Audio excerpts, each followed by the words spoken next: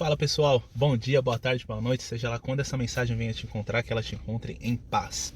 Bom, como vocês viram aí no título do vídeo, o vídeo de hoje é sobre algo muito importante na minha opinião, principalmente para aqueles que moram fora do país e aqueles que pensam ou pretendem um dia morar aqui, ou estão aqui inclusive, né? A importância de você falar inglês é fundamental. É tão importante quanto você ganhar dinheiro nos Estados Unidos. Ou até mesmo hoje em dia no Brasil, né? Porque as grandes empresas, se você tiver uma segunda, uma terceira língua, eu tenho certeza que o seu currículo vai estar muito mais apresentável e você vai assim conseguir ter uma alavanca, né, no mercado, uma alavanca sobre o próximo. Você vai conseguir estar um passo acima do próximo. E eu acho isso tão importante porque eu sou imigrante, né? Todos já sabem. A gente veio pra cá, minha mãe veio pra cá quando eu era muito novo. E naquela época era diferente, entendeu? Na época dos anos 80, 90 era tudo muito diferente. O país não estava na evolução que está hoje. Não havia necessidade, né? Se você chegasse em um bairro, em algum estado que tinha uma concentração de brasileiro, você estava tudo bem, porque você conseguia se comunicar, você conseguia arrumar um emprego e tudo mais. Hoje em dia, com a demanda, com o tanto de pessoas que estão vindo para cá diariamente, é necessário você falar inglês para um benefício próprio e também para você se sobressair com as pessoas que chegam aqui e infelizmente se acomodam, chegam aqui e infelizmente levam a mesma vida que levavam no Brasil, né? As pessoas chegam e acham que porque eu tô numa comunidade brasileira, eu tô rodeado de hispano, eu não preciso me esforçar, eu não preciso me dedicar a aprender a falar inglês. E isso é a forma mais errada de se pensar, até mesmo para a sua evolução, para você ser uma pessoa melhor, para você alcançar seus objetivos, seus sonhos. Porque eu vou falar uma coisa para você: se você chega aqui e você tem pelo menos a influência do inglês, aquele negócio de você conseguir ouvir a pronúncia que a pessoa está falando, você pode ter certeza que em 2 meses você vai conseguir estar falando inglês. Mas o que é necessário para você chegar a essa etapa, né? Aqui nesse vídeo eu vou falar para você 3 coisas muito básicas que eu usei há 25 anos atrás, quando eu cheguei aqui, e que me ajudou muito, muito assim a falar inglês, né? Porque aí as pessoas vão falar: pô, mas você chegou aí, você tinha 13, 14 anos, não tinha nada na sua cabeça, não tinha, era muito mais fácil, né? Você foi direto para a escola. Não. Nananina, não. Eu cheguei aqui, eu tinha realmente 13 anos de idade, mas aconteceram algumas coisas que foram, assim, surreais, né? Eu fui o primeiro voo da JAL Airlines. Eu nem sei se a JAL Airlines existe hoje em dia, mas era uma companhia japonesa que fazia conexão nos Estados Unidos. Então ela fazia São Paulo, Japão, só que com conexão aqui nos Estados Unidos. E era uma das passagens mais baratas. Como a minha mãe teve que trazer eu, meu irmão e o acompanhante que nos trouxe, então, tipo, foi muito dinheiro na época, né? Então, só que, como eu fui o primeiro voo, não sei o que aconteceu, as nossas malas, a minha e do meu irmão, sumiram. A gente chegou aqui no pior inverno dos Estados Unidos e não tínhamos roupa, né? Primeiro que o inverno do Brasil já é uma coisa completamente diferente com o inverno daqui, né? E ainda você chega aqui numa das piores nevascas que teve em Nova York. Você imagina, nós ficamos trancados em casa durante 2 meses. Eu, como era um pouco maior, né, eu usava um pouco das roupas da minha mãe de inverno, né, para ficar dentro de casa, porque não tinha como ir para escola, não tinha como fazer certas coisas. E é óbvio, eu cheguei aqui e você sai do extremo calor de São Paulo pro extremo frio de Nova York. Então tive uma certa fase aí de que eu fiquei meio revoltado, meio triste, né? Meio deprimido, que eu tava entrando na adolescência e larguei todos os meus amigos e vim para um país e eu não falava inglês, eu não conhecia ninguém e só ia ter acesso, um acesso mais puro, assim, né? De amor, de carinho ali, ia ser com a minha mãe, com meu irmão. Meu irmão com 8 anos de diferença de mim, então você consegue ver aí a fronteira, né, que existia entre um relacionamento de irmãos. Se a gente tivesse 1, 2 anos de diferença, ia ser muito mais fácil pra mim. Pra ele tudo era felicidade, tudo era alegria, né? Ele era bem pequenininho, então nem pra escola ele ia na época, mas pra mim foi muito difícil.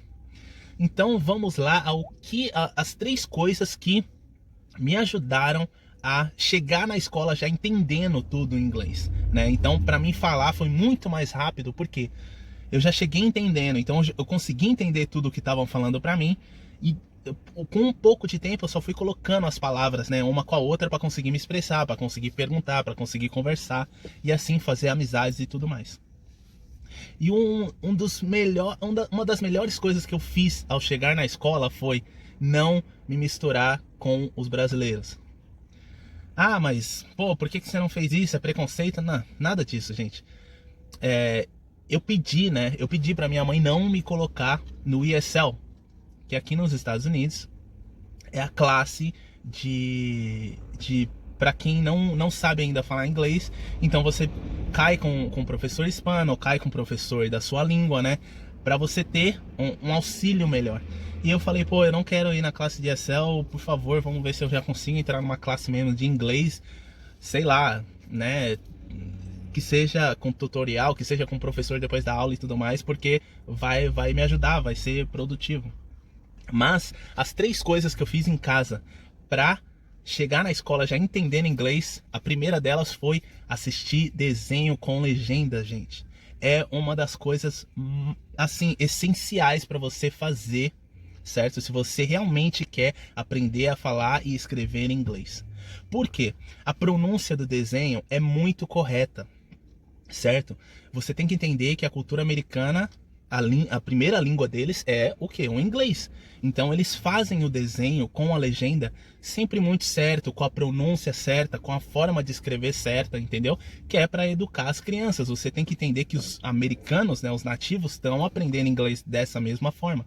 Então eu assistia muito desenho, mas muito desenho mesmo. Por quê? Meu irmão era mais novo que eu, então ele assistia um outro tipo de desenho do que eu assistia. Eu gostava de Dragon Ball Z, gostava mais de uns desenhos de luta, né? Eu acompanhava muito, na época, Naruto, enfim, outros desenhos aí.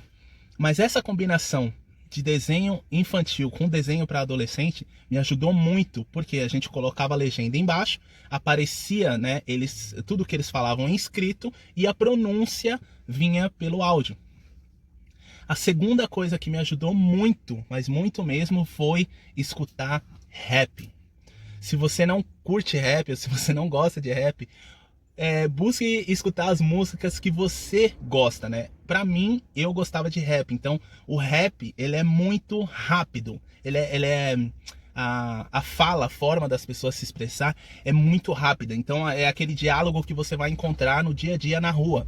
No dia a dia quando você entra no McDonald's, quando você entra numa loja, quando você vai em um bairro aí, entendeu? Onde tem uma mistura de culturas, você sempre vai pegar uma pessoa que fala o inglês correto, uma pessoa que fala o slang, que é aquele inglês meio que misturado, e a pessoa que, né, tá ali com a mesma dificuldade que você tentando aprender e tentando se comunicar.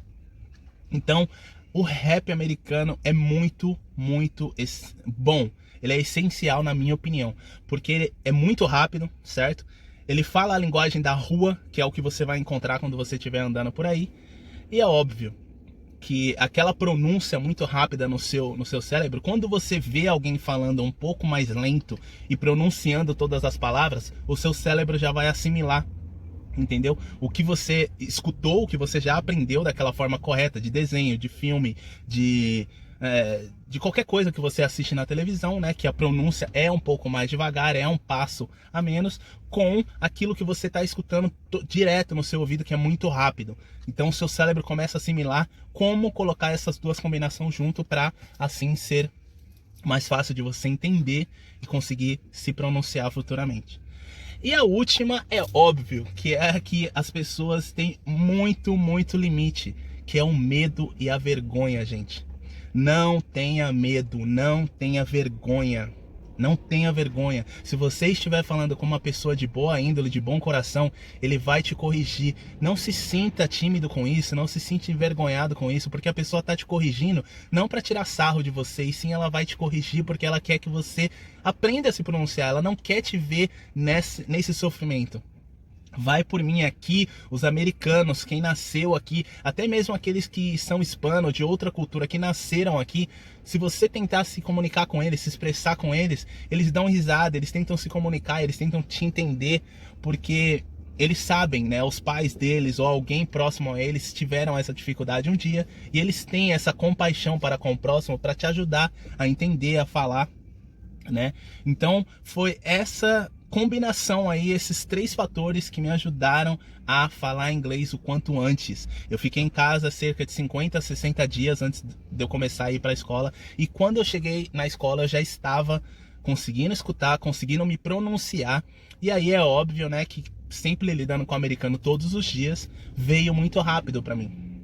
Agora, para você que já é adulto, que já chegou aqui e já tem que sair para trabalhar e tudo mais, nada muda na minha opinião. Se você se dedicar a todos os dias, estudar 2 horas, você dividir aí um turno de 45 minutos para cada um desses setores que eu te falei, você pode ter certeza que em 3 a 5 meses você vai estar falando inglês, pronunciando, já conseguindo escrever. A língua, né, o inglês em si, ele é muito fácil, gente. Ele é muito, muito fácil. Ele não é que nem a nossa língua portuguesa, que tem milhões de verbos e milhões de conjuntações e um monte de coisa que você tem que saber, que até hoje eu não sei escrever direito. Falar eu tô aprendendo um pouco porque eu tô lendo bastante, né? Hoje em dia eu leio muito mais em português do que em inglês, né? Eu faço vídeo, então eu escuto muito a pronúncia de outros YouTubers, a forma que eles falam, se tá correto, se não tá correto, entendeu? Então é isso que tem me ajudado também a conseguir quebrar essa barreira do português, né?